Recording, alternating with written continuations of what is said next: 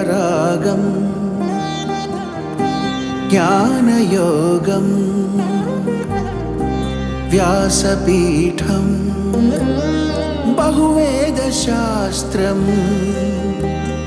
బోధామృతహిత శ్రీమన్నారాయణం శివగౌరీ సంభాషిత సకల పురాణం అష్టాక్షరి పంచాక్షరి మంత్రావరణం అఖిల దేవతా సంస్తుతి పారాయణం జయమంగళకరమీ ప్రవచన శ్రవణం అనుదినము శుభము సుఖము జీవన గమనం దేవరాగం జ్ఞానయోగం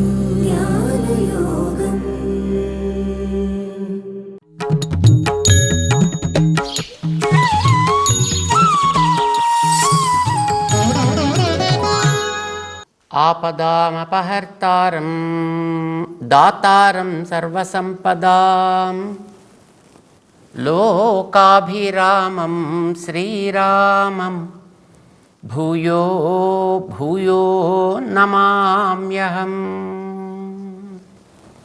జై శ్రీమన్నారాయణ. భగవద్బంధులారా, భగవద్గీత 10వ అధ్యాయాన్ని మనం అనుసంధానం చేసుకుంటున్నాం. ఈ 10వ అధ్యాయంలో భగవంతుడు చెప్పినటువంటి తన సంపద విశేషాలను గురించి మనం కొద్దిగా ముచ్చటించుకునే ప్రయత్నం చేస్తున్నాం. భగవంతుడు తనని విలక్షణమైన అజుడు అని చెప్పుకున్నాడు. ఆయన 4వ అధ్యాయంలో ఎలా ఈ జగత్తుని తను సృష్టిస్తాను, ఎలా ఈ లోకంలోకి తను వస్తాను అనే మాటని ఒక సందర్భంలో తెలియచెప్పాడు. ఆయన ఎలా వస్తావయ్యా నువ్వు ఈ లోకంలోకి, మా కర్మకు తోస్తే మేము వస్తాం ఈ లోకం, నువ్వెలా వస్తావయ్యా అని అడిగాడు అర్జునుడు. అక్కడ దానికి సమాధానం చెప్తూ అజోపి సన్ అవ్యయాత్మా భూతానాం ఈశ్వరోపి సన్ ప్రకృతిం స్వాం అధిష్ఠాయ సంభవామి ఆత్మమాయయా. సమాధానం చెప్పాడు ఆయన. నేను నాకుండే సహజ లక్షణాలని వదలకుండా వస్తా అన్నాడు ఆయన. ఏమిటి సహజ లక్షణాలు? అజత్వ, అవ్యయత్వ, సర్వభూత ఈశ్వరత్వ. అంటే ఒకటి జన్మరహితుడై ఉండుట, అవ్యయ తన స్వభావంలో ఎప్పుడూ ఏ రకమైనటువంటి గ్లాని లేకుండుట, 3 సకల చరాచరాత్మకమైనటువంటి భూతాలకి అన్నింటికి కూడా ఆయన ఎప్పుడు కూడా నియామకుడై ఉండుట, అంటే నియంత అయి ఉండుట, వాటన్నిటినీ కూడా తన ఆధీనంలో కలిగి ఉండుట, తన చెప్పు చేతలలో పెట్టుకోగలిగి ఉండుట అని అర్థం. ఇలాంటి స్వభావాలు నాకుంటాయా, వాటితోటే నేను వస్తా. మరి నేను అడిగాడు అర్జునుడు. నువ్వు ఎలా వస్తావు అంటే మధ్యాహ్నం తిన్నది కూడా సాయంకాలం జ్ఞాపకం లేకుండా నువ్వు వస్తావు. నిన్న తిన్నది ఇవాళ జ్ఞాపకం ఉండదు, 1 గంట ముందు తిన్నది మళ్ళీ ఇంకో గంట తర్వాత జ్ఞాపకం ఉండదు, ముందు రోజు చేసింది తర్వాత రోజు జ్ఞాపకం ఉండదు, ముందు జన్మల్లో చేసింది అసలు ఎప్పుడూ తెలియదు. ఇలాగా తెలివి తక్కువతనంతో ప్రకృతికి ఆధీనమై నీ జ్ఞానం పూర్తిగా మూతబడి నువ్వు వస్తావా అని చెప్పాడు. సరే, దానికి కారణాలు ఏవో ఉన్నాయి. ఆ కారణాలన్నీ 4వ అధ్యాయంలో చెప్పాడు. మనం గతంలో అవన్నీ అనుకున్నాం. దాన్ని ఇప్పుడు స్పష్టం చేస్తున్నాడు శ్రీకృష్ణుడు. తాను అజుడే, జీవుడు అజుడే, జన్మరహితుడే. ఎందుకంటే ఇతని పుట్టుక మరణము అనే జీవుడికి లేవు అని చెప్పాడు. ప్రకృతికి కూడా జన్మ మరణాలు లాంటివి లేవు, కానీ రూపాన్ని మార్చుకునేటటువంటి స్వభావం ఉంది. ద్రవ్యం ఎప్పుడు కూడా నశించదు, కనుక అది కూడా అజమే. ఉన్న ద్రవ్యం పోదు, కొత్త ద్రవ్యం రాదు. అదే ద్రవ్యం మారుతూ మారుతూ ఉంటుంది కనుక అది కూడా అజమే. కానీ ఆ అజములకి తనకి తేడా ఉంది అని చెప్తున్నాడు ఆయన. ఏమిటి తేడా? అనాది అయిన అజము నేను, మిగతా అజాలు అలాంటివి కావు. అజము అనంటే ఒక రూపం మార్చుకోవడం, ఆ రూపం మార్చుకోవడాన్నే ఏదో పుట్టడం అని అంటారు. మళ్ళీ ఆ రూపం మారితే గిట్టడం అని అంటారు. పుట్టుక గిట్టుకకి ఒకటే తాత్పర్యం, రూపు మారుట. ప్రకృతిగా ఉండేటటువంటిది ఒక రూపం మారింది, శరీరం పుట్టింది అన్నాం. శరీరంగా ఉండేది మళ్ళీ విడిపోయి అందులో కలిసిపోయింది, గిట్టింది అన్నాం. ఏమైనట్టు? రూపు మారింది, ఉన్న రూపు మారింది. జీవుడికి కూడా అంతే. ఒక దేహంలోకి వచ్చి కలిశాడు, పుట్టాడు అని అన్నాం. ఆ దేహాన్ని విడిచి మరొక దేహాన్ని తాకడానికి, మరొక దేహంలోకి చేరడానికి పోయాడు, గిట్టాడు అని అన్నాం. కనుక జీవుడికి కానీ ప్రకృతికి కానీ మారుతూ ఉండేటటువంటి స్థితి ఉందే, దాన్నే మనం పుట్టుక గిట్టుక అని అన్నాము. అవి అజములే అయినప్పటికీ కూడా వాటికి రూపాలు మారేటటువంటి లక్షణం ఒకటి ఉంది. అలాంటిది వాటికి స్వాధీనంలో ఉండడం వేరు, అవి పరాధీనంగా ఆయా రూపాల్లోకి రావడం వేరు.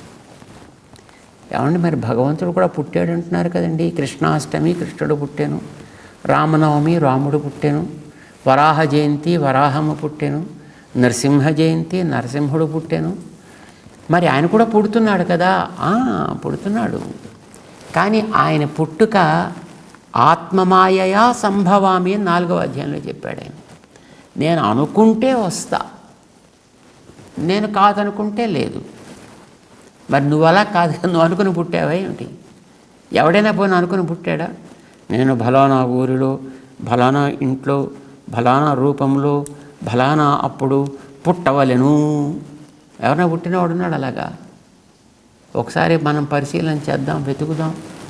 ఎవ్వడు అలాగ రాడు. ఎవడో వెనక నుంచి తోస్తే వాడు వచ్చి ఇక్కడ పడ్డాడు, అంతవరకే మనకు తెలుసు.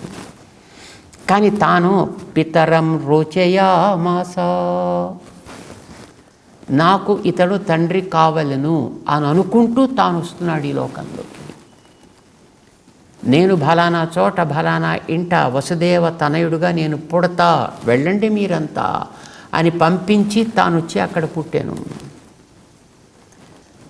కావాలనుకుని తన ఆధీనంలో ఆత్మ మాయయా సంభవామి, నాకుండేటువంటి విచిత్రమైనటువంటి ఆశ్చర్యకరమైనటువంటి సంకల్ప శక్తి చేత నేను వస్తున్నాను తప్ప మరొకడెవడో ప్రేరణతోటి కానే కాదు. కనుక జీవుడికుండే పుట్టుక వేరు, దేవుడికుండేటువంటి పుట్టుక వేరు. జీవుడికుండే పుట్టుక తన ఆధీనంలో లేని పుట్టుక. కనుక వీనికి దేహధారణ, దేహత్యాగము అంటే పుట్టుట గిట్టుట అనే వాటికి వాడు యోగ్యుడై ఉంటున్నాడు. కనుక వాడికి ఉండే అజత్వం అనేటటువంటిది కొన్ని హద్దులకి లోబడి ఉండేటటువంటిది అని మనకి తెలుస్తుంది. మనలాంటి వాళ్ళందరికీ. కొంతమంది ముక్తులని ఉంటారండి. అంటే ఈ లోకంలో కొంతకాలం ఉన్న తర్వాత ఏదో ఒకనాడు భగవద్ అనుగ్రహం ప్రభావం చేత ఈ దేహం వదిలిపెట్టి భగవత్ సాయుధ్యాన్ని పొందేస్తే అలాంటి వాడిని ఇక్కడ కర్మబంధం నుంచి ముక్తుడయ్యను, ఇందులోంచి విడువడెను, అక్కడికి చేరును అని అంటున్నాం మనం. మరి వాడు అజుడే కదండి. వాడు ఇప్పుడు ఏ రకమైన కర్మాధీనం లేదు కదా, వాడికి కూడా పుట్టుక గిట్టుట లేదు కదా, లేదు. కానీ వాడికి కర్మబంధానికి లోబడేటటువంటి ఒక యోగ్యత అయితే ఒకనాడు ఉంది కదా, ఒక అర్హత వాడికి ఉంది కదా. అర్హత ఉండడం అంటే అర్థం ఏంటి? సహకారం ఉండేటప్పుడు అది పైకి వస్తుంది, సహకారం లేనప్పుడు అది కనిపించదు.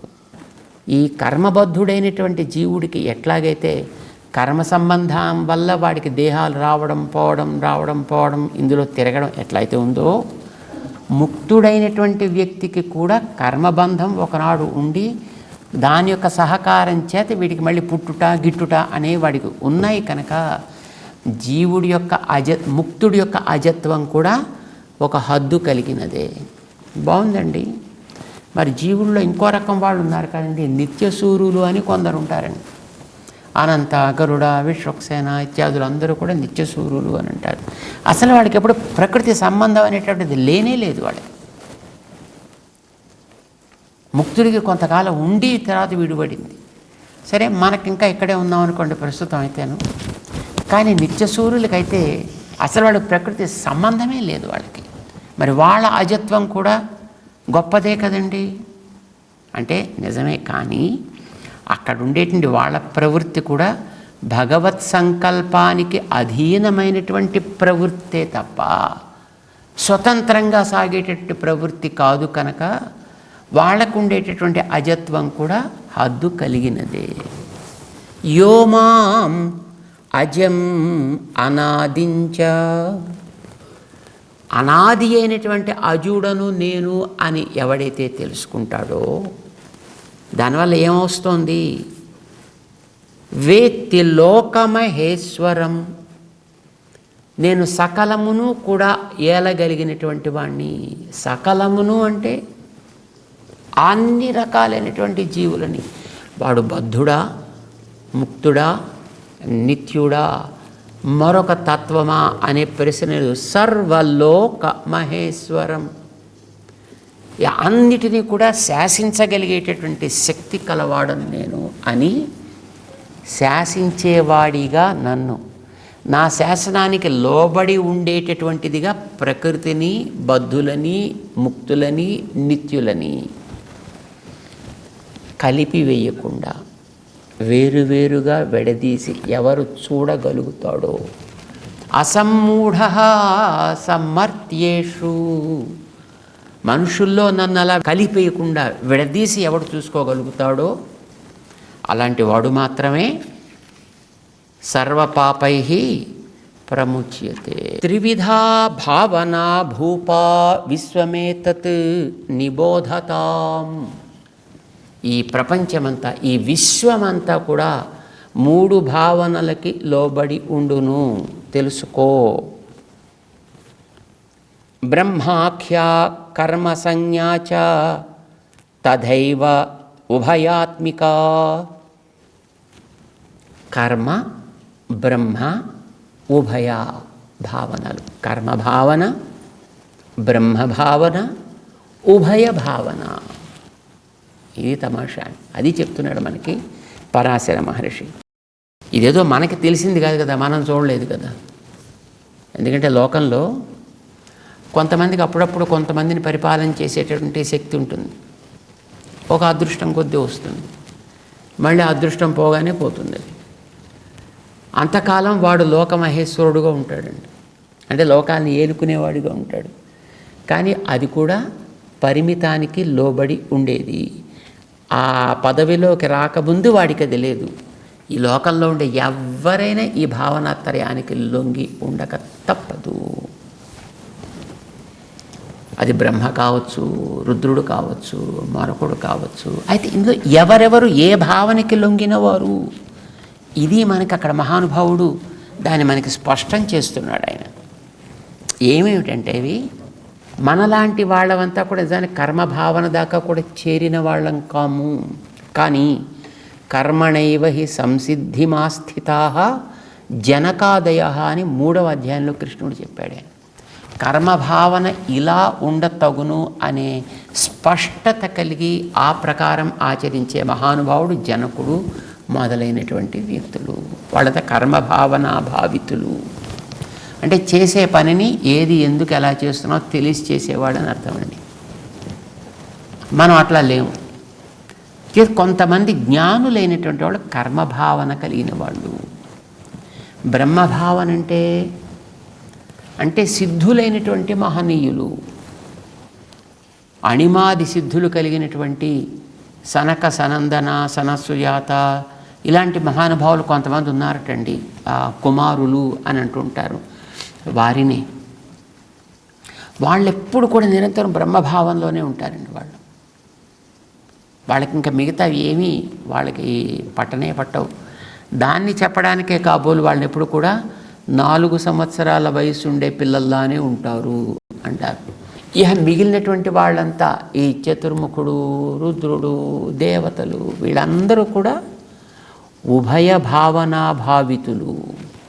అంటే అప్పుడప్పుడు బ్రహ్మభావంతో ఉంటారు, అప్పుడప్పుడు కర్మభావంతో ఉంటారు. ఒకసారి ఇటు ఒకసారి అటు. ఇంద్రాదులు కూడా అంతే, రుద్రాదులు కూడా అంతే. ఇందులో ఎవ్వరూ కూడా ఈ ఉభయ భావనల నుంచి అతిక్రమించిన వాళ్ళు కానే కారు. వీళ్ళంతా ఉభయ భావనలు చేత ఇదంతా కూడా భావనాత్రయము ఈ ప్రపంచమంతా. అంచేత ఎవ్వరు కూడా భగవంతుడితోటి సాటి అయిన వారు కానే కారు కనుక అతన్ని వీళ్ళతోటి కలిపి చూడకూడదు ఎప్పుడు. ఏమండి, అందరూ దేవతలు ఒకటే కదండి, అందరూ సమానమే కదండి, నాకు అట్లాంటి పక్షపాతం లేదండి, నేను అందరినీ సమానంగా చూస్తానండి, మీ దేవుణ్ణి కూడా మేము భావిస్తామండి. కొంతమంది మరి కొంచెం అతిశయించినటువంటి మాటలు ఇలా మాట్లాడుతుంటారు. అంటే పాపం మనకి పరాశర మహర్షి చెప్తున్నాడు, ఆయన అలా ఇప్పుడు ఉండదయ్యా, వీరందరూ కూడా భావనాత్రయానికి లోబడ్డటువంటి వ్యక్తులు. ఇదంతా కూడా త్రివిధ భావన భావితమైనటువంటిది. కర్మ భావాత్మిక ఏక బ్రహ్మాఖ్యా కర్మ సంజ్ఞాచ తథైవ చ ఉభయాత్మిక కర్మ భావాత్మిక ఏక బ్రహ్మ భావాత్మిక పర ఉభయాత్మిక తథైవాన్యా త్రివిధ భావభావన. ఇలా 3 రకాలుగా ఉంటుందయా. ఎవరెవరు ఏ ఏ భావన ఉన్నవాళ్ళు పరాశర మహర్షి మనకి సందేహాలు లేకుండా చెప్పేస్తున్నాడు ఆయన. ఎందుకంటే మనం వాళ్ళని చూడగలిగిన వాళ్ళం కాదు కదా, మనకి వాళ్ళ దగ్గరికి వెళ్ళలేదు, వాళ్ళు మన దగ్గరికి రాలేదు, మనం వాళ్ళని పలకరించలేదు. సనందనాదయో ఏతు బ్రహ్మభావనయా యుతాః. సనక సనందాదులందరూ కూడా బ్రహ్మభావనతో కూడుకుని ఉన్నవాళ్ళు. కర్మభావనయా చాన్యే దేవాద్యా స్థావరా పరాః. దేవాదుల దగ్గర నుంచి, అంటే చతుర్ముఖుడు దేవతల్లో మొదటివాడు, అక్కడి నుంచి ఈ స్తంభ పర్యంతం అని అంటుంటారంటే చిన్న గడ్డి పోస క్రిమి కీటకాల దాకా ఉండేటటువంటివి. ఇవన్నీ కూడా కర్మభావనయాచ, మనంతా కర్మభావనకి లోనై ఉండేవాళ్ళం. హిరణ్య గర్భాదిషు చ బ్రహ్మ కర్మాత్మిక ద్విధా. ఈ హిరణ్య గర్భుడు అంటే చతుర్ముఖుడు, బ్రహ్మగారు అని అర్థం అనమాట. వీళ్ళందరూ కూడా బ్రహ్మ కర్మాత్మిక ద్విధ, కర్మ బ్రహ్మ భావనలతోటి రెండిటితోటి ఉభయ భావనా భావితులై ఉంటుంటారు. అశుద్ధాస్తే సమస్తాస్తు దేవాద్యాః కర్మయోనయః. ఇక్కడ కర్మ భావనా భావితులై ఉండేవాళ్ళు, ఉభయ భావనా భావితులై ఉండేవాళ్ళందరూ కూడా ఉపాసనకి అర్హులు కానే కారు. ఆ బ్రహ్మస్తంభ పర్యంతాః జగదంతర్వ్యవస్థితాః. బ్రహ్మదాకా ఉండేటటువంటి ఈ ప్రపంచంలో ఉండేటటువంటి అన్నీ కూడా ప్రాణినా, ఏ ప్రాణులు కావచ్చు మిగతావి కావచ్చు, కర్మజనిత సంసారవశవర్తినః. కర్మ ప్రభావం చేత అహంకారం అనే ప్రవాహంతో కొట్టుకుపోతూ ఉండేటువంటి వ్యక్తులే వీరందరూ కూడా. యతః తతో నతే ధ్యానే ధ్యానినాం ఉపకారకాః. ధ్యానం చెయ్యాలి, తత్వాన్ని దర్శించాలి అని అనుకునే వాళ్ళకి వీళ్ళెవరూ కూడా ఉపకారకులు కారు, ఉపాసనకి అర్హులు కారు. ఇది స్పష్టంగా చెప్తున్నాడు ఆయన. బ్రహ్మాణం శితికంఠంచ యాశ్చాన్యా దేవతా స్మృతాః. దేవతల యొక్క స్పష్టంగా నామనిర్దేశం కూడా చేసి మరీ చెప్తున్నాడు మహర్షి. ప్రతిబుద్ధాన సేవంతే యస్మాత్ పరిమితం ఫలం. జ్ఞానం కలిగినటువంటి వ్యక్తులు అలాంటి వాళ్ళని వాళ్ళ జోలికి పోరు సుమా. కారణం ఏమిటంటే వాళ్ళు ఇచ్చేటటువంటి ఫలితములన్నీ కూడా పరిమితములై ఉంటాయి, సీమితములై ఉంటాయి, తర్వాత అవి తొలగిపోతూ ఉంటాయి కనుక. ఇది మనం ఎక్కడి దాకా వెళ్ళినా సరే అక్కడే మళ్ళీ మరొక చోట చెప్తారండి, అసలు ఎన్ని వస్తువులు ఉన్నాయో మొత్తం చెప్తాండి ఈ ప్రపంచంలో. ఈ కర్మ భావన భావితములై ఉండేటటువంటి చేతనములు కావచ్చు, అచేతనముల్లో కావచ్చు. చేతనములు అంటే ఇప్పుడు మనలాంటి వాళ్ళు ఉంటారు, దేవతలంతా కూడా చేతనాలే. అచేతనాలంటే ఈ ప్రకృతిలో ఉండేటువంటి మిగతా వస్తువులన్నీ కూడాను, ఇవన్నీ కూడా. వాటన్నిటికీ ఒక పెద్ద లిస్టే ఇచ్చేశారు వాడు అక్కడ మనకి చెప్పడానికి. ఎవరెవరు అనంటే హిరణ్యగర్భో భగవాన్, వాసుదేవ ప్రజాపతి, మరుత, వసవ, రుద్రా, భాస్కరా, తారకా, గ్రహా, గంధర్వాదయ, యక్ష దైత్యాద్యా, సకల దేవయోనయ, మనుష్యా. ఇవన్నీ కూడా. ఇంకా దీంతో పాటు సముద్ర, సరిత, ద్రుమా.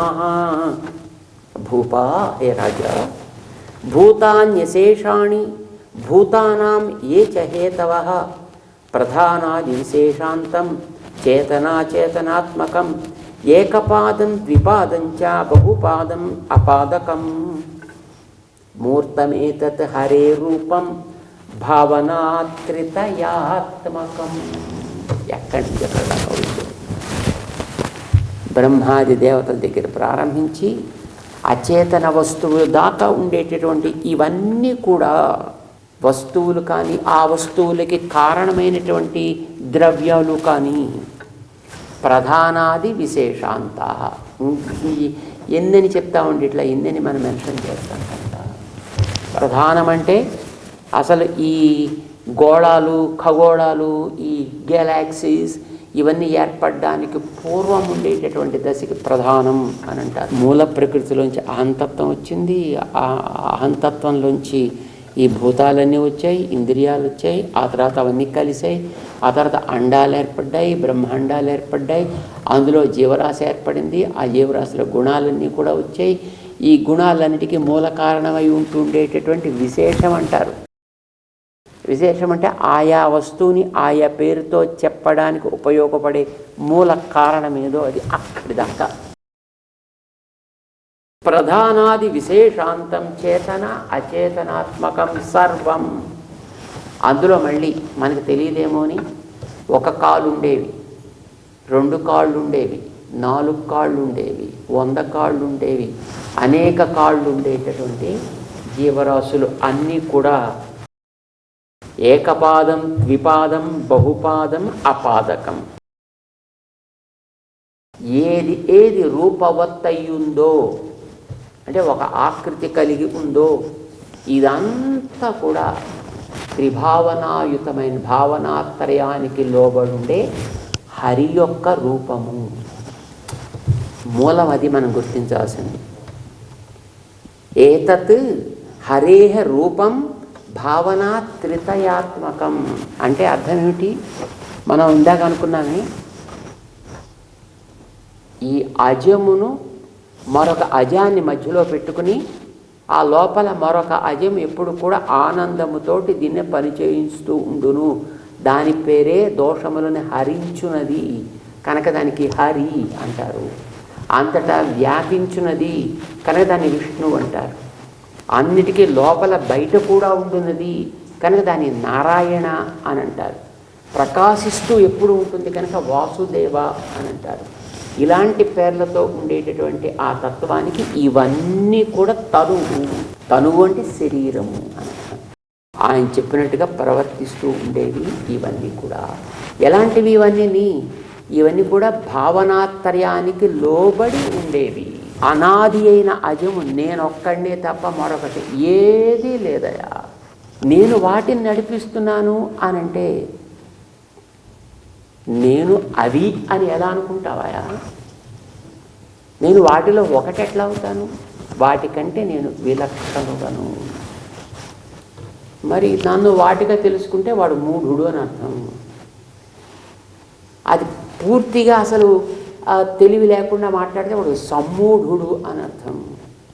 అంచేత అది వదిలి ఎవడైతే బయటికి రాగలుగుతాడో అసమ్మూఢ యహ మాం వేత్తి వాటితో ఒకటిగా కలపకుండా నన్ను విలక్షణమైనటువంటి వ్యక్తిత్వం కలవాడినని నాకుండేటటువంటి శాసితృత్వము, ఏలుబడితనం ఉంటుందే, అది ఇతరులకు ఎవ్వరికీ కూడా ఉండనిది అని, దోషములకి నేను దూరుడనని, అవన్నీ కూడా ఆ దోషములకి లోబడి ఉండేది అని, నిఖిలహేయ ప్రత్యనీక అసంఖ్యేయ కళ్యాణ గుణ గణుడిగా, నిఖిల జగదై ఈశ్వరుడిగా, అన్నిటినీ నియమించేవాడిగా ఎవడైతే తెలుసుకుంటాడో వాడే సకల పాపముల నుంచి విముక్తుడు అగుటకు యోగ్యుడు తప్ప. వాటితో కలిపి చూసేవాడు, వాటిలో ఒకటిగా చూసేవాడు పాపముల నుంచి ఎన్నడూ విడివడడు సుమా అని భగవంతుడు ఈ 3వ శ్లోకంలో చక్కగా తన స్వరూపాన్ని గురించి స్పష్టం చేస్తున్నాడు. ఈ విషయం మనం చక్కగా తెలుసుకోవడం అవసరమే. జై శ్రీనారాయణ.